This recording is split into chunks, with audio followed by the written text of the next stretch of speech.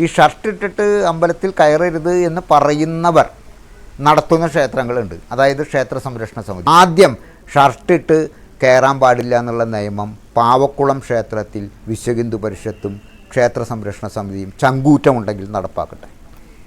എന്നിട്ട് മതി നാട്ടുകാരുടെ ക്ഷേത്രത്തിലെ. പ്രിയപ്പെട്ടവരെ, ശ്രീനാരായണ ദർശനങ്ങളും സനാതന ധർമ്മവും ഈ വിഷയത്തെക്കുറിച്ച് എന്നോട് ഇന്ന് സംസാരിക്കാനുള്ളത് സ്വാമി വിശ്വഭദ്രാനന്ദ ശക്തിഭൂതിയാണ്. സ്വാമി നമസ്കാരം. നമസ്കാരം. ഞാനൊരു വ്യക്തിപരമായ ചോദ്യം ചോദിച്ചുകൊണ്ട് തുടങ്ങുകയാണ്. ഒരുപക്ഷെ കുറേ വർഷങ്ങൾക്ക് ശേഷം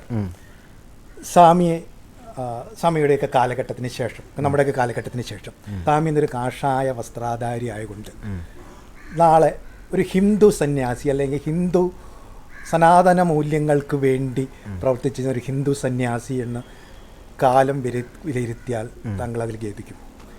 ഗുരുവിനെ കുറിച്ചും അങ്ങനെയാണ് പറയുന്നത്. അതുകൊണ്ടാണ് ഞാൻ ആ ചോദ്യം താങ്കളോട് ചോദിക്കുന്നത്. ഈ ഹിന്ദു എന്ന് പറയുന്നത് എന്താണ്, അതുകൊണ്ട് ഉദ്ദേശിക്കുന്നത് എന്നുള്ളത് വളരെ പ്രസക്തമായൊരു കാര്യമാണ്.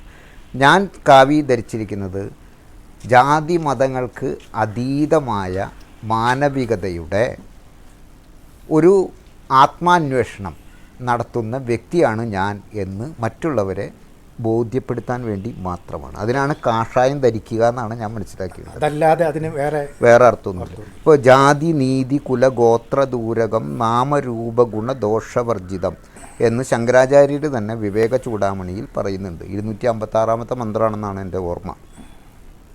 അദ്ദേഹം തന്നെ അത് പറയുന്നുണ്ട്. അപ്പോൾ ജാതിക്കും നീതിക്കും കുലത്തിനും ഗോത്രത്തിനും ഒക്കെ അതീതമായിട്ട് ഞാനൊരു മനുഷ്യനാണ് എന്നുള്ള അവബോധത്തിൽ ഊന്നി നിന്നുകൊണ്ട് മനുഷ്യ മനസ്സിൻ്റെ പ്രവർത്തനങ്ങളെ ഏകോപിപ്പിക്കുകയും മനുഷ്യ മനസ്സിനെ മുന്നോട്ടുള്ള ഗതിയെ നയിക്കുകയും ചെയ്യുന്നതിൻ്റെ ഒരു ജീവിതമാണ് ഞാൻ നയിക്കുന്നത് എന്ന് അടയാളപ്പെടുത്തൽ മാത്രമാണ് കാഷായം. അല്ലാതെ അതൊരു വേറെ അർത്ഥമില്ല. കാരണം ഞാനൊരു ഹിന്ദു ആണ് എന്ന് പറഞ്ഞാൽ അപ്പോൾ ഞാൻ സ്വാമി അല്ലാതാവും. പിന്നെ ഞാൻ സന്യാസിയാന്ന് പറയുന്നതിനൊരു അർത്ഥമില്ല. അതുപോലെ തന്നെ ഞാനൊരു ക്രിസ്ത്യാനിയാണ്, ഞാനൊരു മുസ്ലിമാണ് എന്ന് പറഞ്ഞാലും ഇതന്നെ സംഭവിക്കും. കാരണം സെക്ടേറിയൻ ആവലല്ല സന്യാസത്തിൻ്റെ ലക്ഷ്യം, അതീതനാവലാണ്. ഏതെങ്കിലും ഒന്നിൽ കുടുങ്ങലല്ല, എല്ലാറ്റിനും ഉപരിയായി സഞ്ചരിക്കലാണ് സന്യാസം. വ്യക്തമാക്കി അദ്ദേഹം വളരെ വ്യക്തമായി പറഞ്ഞിട്ടുണ്ട്. സഞ്ചരിക്കലാണ് സന്യാസം. അല്ലാതെ നമ്മളുടെ ചിന്താഗതിയിലുള്ള ഈ കഷായ വസ്ത്രം എടുത്ത് എവിടെയെങ്കിലും തപസ് ചെയ്തതിൽ മാത്രം അല്ലെങ്കിൽ എവിടെയെങ്കിലും ചെന്നിരുന്നു അങ്ങനെയൊന്നും അല്ല. അതായത് എൻ്റെ ഗുരുനാഥൻ സന്യാസത്തെക്കുറിച്ചൊരു ഇത് എഴുതിയിട്ടുണ്ട്. എന്താന്ന് വെച്ചാൽ പേരൊന്ന് പറയാം നമുക്ക്. ഗുരുനാഥൻ മഹർഷി കൃഷ്ണകുമാർ.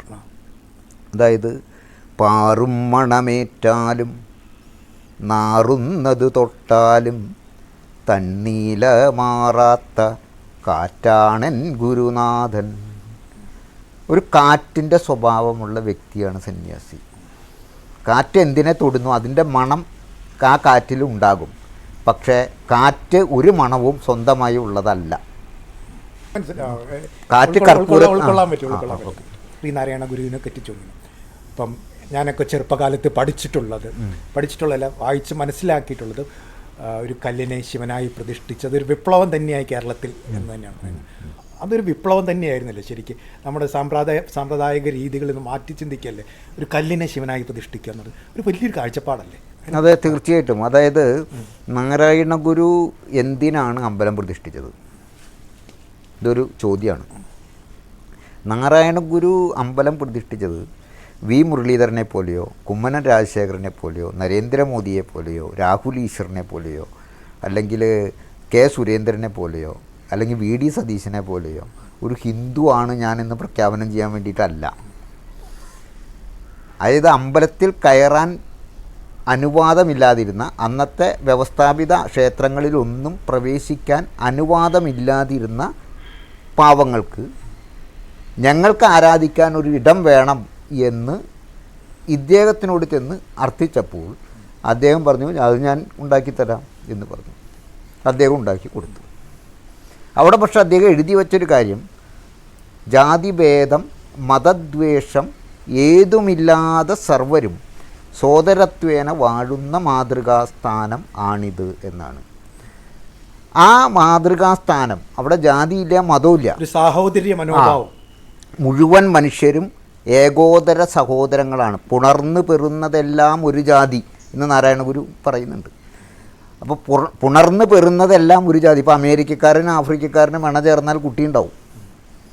ഒരു അമേരിക്കൻ യുവതിയും ഒരു ആഫ്രിക്കൻ പുരുഷനും ഇണ ചേർന്നാൽ കുട്ടിയുണ്ടാവും.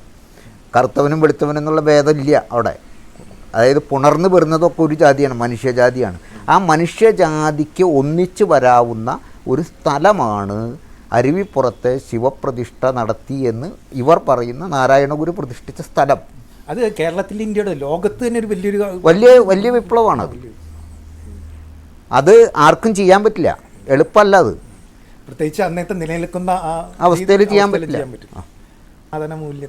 സനാതന മൂല്യം എന്ന് പറയുമ്പോൾ അന്നത്തെ കാലഘട്ടത്തിന് താങ്കൾക്കറിയാം ചില കുലത്തൊഴിലുകളുടെ മഹത്വം വധിച്ചിരുന്നൊരു കാലഘട്ടമായിരുന്നു. അതിൽ രണ്ട് കാര്യങ്ങൾ പറയാനുണ്ട്.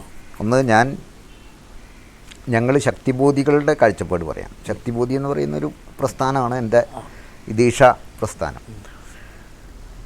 അപ്പോൾ ഈ ശക്തിബോധി എന്ന് പറയുന്ന പ്രസ്ഥാനത്തിൻ്റെ കാഴ്ചപ്പാടിൽ സനാതനം എന്ന് പറഞ്ഞാൽ മാറ്റം മാത്രമാണ്.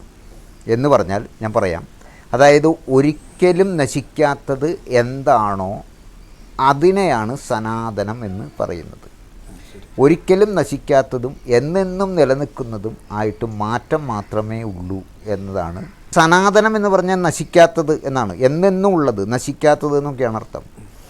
അപ്പോൾ എന്നെന്നും ഉള്ളതിനെ സംരക്ഷിക്കാൻ ഒരു സംഘടന ആവശ്യമുണ്ടോ? അപ്പോൾ അങ്ങനെയാണെങ്കിൽ RSS പിരിച്ചുവിടണം.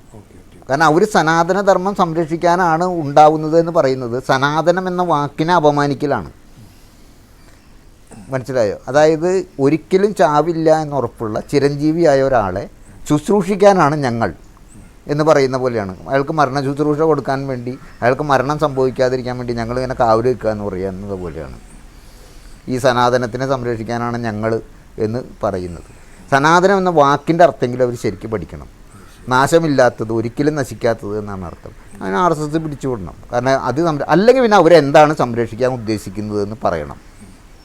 അവർ സംരക്ഷിക്കാൻ ഉദ്ദേശിക്കുന്നത് ചാതുർവർണ്ണ്യാധിഷ്ഠിതമായ ഒരു സാമൂഹിക ക്രമമാണ് എങ്കിൽ നാരായണ ഗുരു അതിന് എതിരായിരുന്നു, വാഗ്ബടാനന്ദ ഗുരു അതിന് എതിരായിരുന്നു, ശുഭാനന്ദ ഗുരുദേവൻ അതിന് എതിരായിരുന്നു, പൊയ്കയിൽ യോഹന്നാൻ എന്ന് പറയുന്ന കുമാരഗുരുദേവൻ അതിന് എതിരായിരുന്നു, ചട്ടമ്പി സ്വാമികൾ എന്ന് പറയുന്ന മഹാത്മാവ് അതിന് എതിരായിരുന്നു, സ്വാമി വിവേകാനന്ദനും ശ്രീരാമകൃഷ്ണ പരമഹംസരും അതിന് എതിരായിരുന്നു, ചൈതന്യ മഹാപ്രഭു അതിനെതിരായി. ആരാണ് എതിരല്ലാത്തത്? അതിനു മുമ്പും ഹിന്ദുമതം ഉണ്ടായിരുന്നു പറയുമ്പോൾ അന്നൊക്കെ ഈ ബ്രാഹ്മണിക്കൽ മേധാവിത്വത്തിൽ ഈ പറയുന്ന പിന്നോക്കക്കാരനോ അല്ലെങ്കിൽ താഴേക്കിടയിലുള്ള ആൾക്കാരുടെ അവരുടെ വികാരങ്ങളൊന്നും മാനിച്ചിരുന്നില്ല എന്നുള്ളതല്ലേ സത്യം പറഞ്ഞു കഴിഞ്ഞാൽ? അല്ല, വികാരങ്ങൾ പോയിട്ട് ഇവർ മനുഷ്യരാണെന്നുള്ള പരിഗണന പോലും ഇല്ലായിരുന്നല്ലോ. പരിഗണന ഇല്ലല്ലോ. മനുഷ്യരാണെന്ന പരിഗണന പോലും ഇല്ലല്ലോ. മനുഷ്യരാണെന്ന് പോലും പരിഗണിക്കുന്നില്ല. പിന്നെ അവകാശങ്ങളെ എന്തിനാണ് പറയുന്നത്? പറയുന്ന പ്രസക്തിയില്ല. അപ്പം ഈ തീർച്ചയായും ഒരു രാഷ്ട്രീയ ഇതിൻ്റെ പേരിൽ കേന്ദ്രമന്ത്രി മുരളീധരനെ കൂടെ സനാതനധർമ്മത്തിലേക്ക് അനാവശ്യമായി ശ്രീനാരായണ ഗുരുവിനെ പോയി കൊണ്ട് കെട്ടുകയാണ്. അതല്ലാതെ ഇതിൽ വസ്തുനിഷ്ഠമല്ല. സനാതനധർമ്മത്തിലേക്ക് നാരായണ ഗുരുവിനെ കൊണ്ട് കെട്ടുകയാണെന്നുള്ളതല്ല അവരുടെ ഉദ്ദേശം. അതല്ല അവരുടെ ഉദ്ദേശം. എന്താണെന്നുള്ളത് ഇന്നലെ ഒക്കെ നടന്ന എല്ലാ ചാനൽ ചർച്ചകളിൽ നിന്നും എനിക്ക് വ്യക്തമായിട്ടുണ്ട്. അവർ ഈ ഉത്തരം മുട്ടുമ്പോൾ ചോദിക്കുന്നൊരു ചോദ്യം, എന്തിനാണ് ഹിന്ദുക്കളുടെ മേത്തേക്ക് ഇവർ കയറി വരുന്നത്? ഷർട്ടിട്ട അമ്പലത്തിൽ കയറാം, ഷർട്ട് ഇടാതെ കയറണമെന്ന് പറയുന്ന നിയമം മാറ്റണം, ആചാരം മാറ്റണമെന്ന് പിണറായി വിജയൻ എന്തിനാണ് പറയുന്നത്? അതായത് ഇവർ കൊണ്ടുവരുന്നൊരു വർഗീയ യുക്തിയാണ്. അതായത് മാർക്സിസ്റ്റുകാർ, പുരോഗമനവാദികൾ, ജനാധിപത്യവാദികളൊക്കെ ഹിന്ദുവിനെ വിമർശിക്കുള്ളൂ, മുസ്ലിങ്ങളെ വിമർശിക്കാൻ ധൈര്യമില്ല എന്നാണ് അവർ പറയുന്നത്. പക്ഷേ എൻ്റെ പ്രശ്നം അതല്ല. എൻ്റെ അമ്മയ്ക്ക് ഭ്രാന്ത് പിടിച്ചാൽ എൻ്റെ അമ്മയുടെ ഭ്രാന്ത് മാറ്റലാണ് എൻ്റെ ആദ്യത്തെ ചുമതല. അല്ലാതെ നാട്ടുകാരുടെ അമ്മയുടെ മാറ്റില്ല. അതാണ്. ഇപ്പം ഞാൻ ഹിന്ദു ആണോ ഇല്ല എന്നുള്ളത് വേറെ പ്രശ്നമാണ്. പക്ഷേ ഞാനൊരു ഹിന്ദു എന്ന് മുദ്ര കുത്തപ്പെട്ട ഒരു സമുദായത്തിൽ അതിൻ്റെ ഒരു കുടുംബത്തിൽ അതിൻ്റെ ഒരു തറവാട്ട് മഹിമയൊക്കെയുള്ളൊരു സ്ഥലത്ത് ജനിച്ചുപോയി. പേരിലും ജനിച്ചു പോയതുകൊണ്ട് ഇപ്പോൾ എന്നെ ഒരു ശക്തിബോധി വിശ്വഭദ്രാനന്ദ ശക്തിബോധി എന്ന് പറയുന്നത് ഒരു മുസ്ലിം സൂഫി വര്യനാണെന്ന് അവർ പറയില്ല, ക്രിസ്ത്യൻ പാതിരിയാണെന്ന് അവരും പറയില്ല, ബുദ്ധൻ ഭിക്ഷു ആണെന്ന് അവരും പറയില്ല. പിന്നെ ഞാൻ എന്ത് പറയണം? ഹിന്ദു തന്നെ ഇന്ത്യൻ ഭരണഘടന അനുസരിച്ച് എനിക്ക് പറയാൻ പറ്റുള്ളൂ. പക്ഷേ അങ്ങനെ ഞാൻ പറയുമ്പോൾ എൻ്റെ തറവാട്ടിൽ എൻ്റെ അമ്മയ്ക്ക് ഉള്ള പ്രാന്താണ് ഞാൻ ആദ്യം പരിഹരിക്കേണ്ടത്. നാട്ടുകാരുടെ അമ്മയുടെ പ്രാന്ത് പരിഹരിക്കൽ എൻ്റെ ഉദ്ദേശമല്ല, എൻ്റെ ലക്ഷ്യത്തിൽപ്പെട്ട കാര്യമല്ല. എനിക്ക് സമയമുണ്ടെങ്കിൽ ഞാൻ അടുത്തത് പരിഹരിക്കാൻ ശ്രമിക്കാം. ഇപ്പം എനിക്കിപ്പോൾ ഇത് തന്നെ പരിഹരിക്കാൻ സമയമില്ല എന്ന്, കാരണം ഇതിങ്ങനെ പ്രാന്ത് പിടിച്ച് കൂട്ടിക്കൊണ്ടിരിക്കുകയാണ്. അതായത് നമ്മളൊരു കാര്യം പറഞ്ഞാൽ പി കൃഷ്ണപിള്ള AKGയും ഗുരുവായൂർ സത്യാഗ്രഹം നടത്തിയത് അവർക്ക് അമ്പലത്തിൽ പോയി തൊഴാൻ വേണ്ടിയിട്ടല്ല. അതുപോലെ തന്തൈ പെരിയാർ വൈക്കം സത്യാഗ്രഹത്തിൽ പങ്കെടുത്തത് അദ്ദേഹത്തിന് വൈക്കത്ത് അപ്പൻ മഹേശ്വരൻ സത്യമാണെന്നുള്ള ധാരണയുള്ളത് കൊണ്ടോ ഗണപതിയെ പൂജിക്കണം എന്നുള്ള ധാരണയുള്ളത് കൊണ്ടോ അല്ല, ഒരു മനുഷ്യാവകാശ പ്രശ്നം പരിഹരിക്കുന്നതിൻ്റെ ഭാഗമായിട്ടാണ് അവർ അതിൽ പങ്കെടുത്തത്. ഇവിടെ മനുഷ്യാവകാശങ്ങളെ പരിഗണിക്കുന്ന ഒരു സ്വഭാവം മതമേതായാലും എല്ലാ സംഘടനകൾക്കും, മതപരവും മതേതരവുമായ സംഘടനകൾക്കും ഉണ്ടാവണം. മനുഷ്യാവകാശങ്ങളെ പരിഗണിക്കാത്ത ഒരു പ്രസ്ഥാനത്തിനും ജനാധിപത്യ വ്യവസ്ഥയിൽ നിലനിൽപ്പില്ല. അത് അത്രമേൽ ജനാധിപത്യ വിരുദ്ധമാണ്. മനുഷ്യാവകാശങ്ങളെ ഉല്ലംഘിക്കുന്ന ഏതൊരു സംഘടനയും. ഷർട്ട് ഇട്ടിട്ട് അമ്പലത്തിൽ കയറരുത്, ഷർട്ട് ഇട്ട് അമ്പലത്തിൽ കയറരുത് എന്നാണ് പറയുന്നത്. ഈ ഷർട്ട് ഇട്ടിട്ട് അമ്പലത്തിൽ കയറരുത് എന്ന് പറയുന്നവർ നടത്തുന്ന ക്ഷേത്രങ്ങളുണ്ട്. അതായത് ക്ഷേത്ര സംരക്ഷണ സമിതി, RSSൻ്റെ ഒരു പരിവാർ പ്രസ്ഥാനമായ ക്ഷേത്ര സംരക്ഷണ സമിതി, വിശ്വ ഹിന്ദു പരിഷത്ത് തുടങ്ങിയ പ്രസ്ഥാനങ്ങൾ നടത്തുന്ന ക്ഷേത്രങ്ങളുണ്ട്. അതിലൊന്നാണ് എറണാകുളത്തെ കലൂർ ജംഗ്ഷനിലുള്ള പാവക്കുളം മഹേശ്വര ശ്രീ പാർവതി പരമേശ്വര ക്ഷേത്രം എന്ന് പറയുന്നത്. ആ ക്ഷേത്രത്തിൽ പുരുഷന്മാർ ഷർട്ടിട്ട് തന്നെയാണ് തൊഴുന്നത്. അവിടെ കൊടിമരമുണ്ട്. അപ്പോൾ കൊടിമരമുള്ള ശബരിമല ക്ഷേത്രത്തിലും ആളുകൾ ഷർട്ടിട്ടിട്ട് തന്നെയാണ് കയറി തൊഴുന്നത്.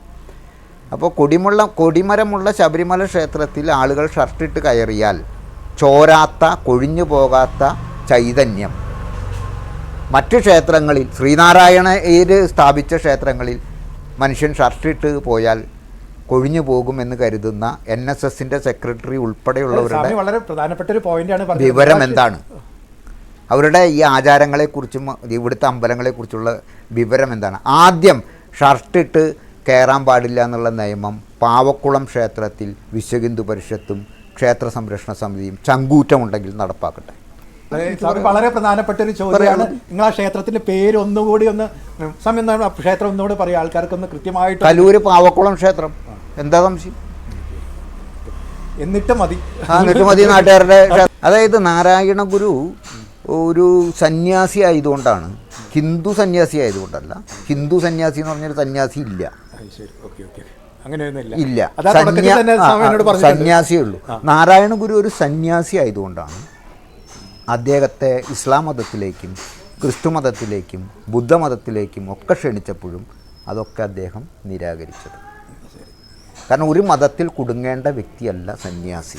ആണ് സ്വാമി ഇത്രയും നേരം നമ്മളോട് പറഞ്ഞു കാര്യം. നമ്മൾ തുടക്കം തൊട്ട് സ്വാമിയോട് ഞാൻ ഒരു പേഴ്സണൽ ചോദ്യം ചോദിച്ചപ്പോൾ തന്നെ പറഞ്ഞു, സന്യാസി എന്ന് പറയുന്നതിൻ്റെ അർത്ഥം വെച്ചിട്ട്, അത് സഞ്ചാരി എന്നുള്ള അർത്ഥം മാത്രമല്ല, ഒരു ഹിന്ദു ബ്രാഹ്മണിക്കൽ അതിനൊരിക്കലും കൊണ്ടുവരേണ്ട ആവശ്യമില്ല. അതുപോലെ തന്നെ ശ്രീനാരായണ ദർശനങ്ങളെക്കുറിച്ചും നമ്മളോട് കൃത്യമായി പറഞ്ഞു. അതുപോലെ തന്നെ സ്വാമി ഒരു ക്ഷേത്രത്തിൻ്റെ കാര്യം കൃത്യമായി നിങ്ങളോട് സൂചിപ്പിച്ചിട്ടുണ്ട്. അവിടെയും നിങ്ങളൊന്ന് അന്വേഷിക്കുക, അവിടുത്തെ കാര്യം ആദ്യം ശരിയാക്കിയിട്ട് നാട്ടുകാരുടെ കാര്യം. Thank you sir.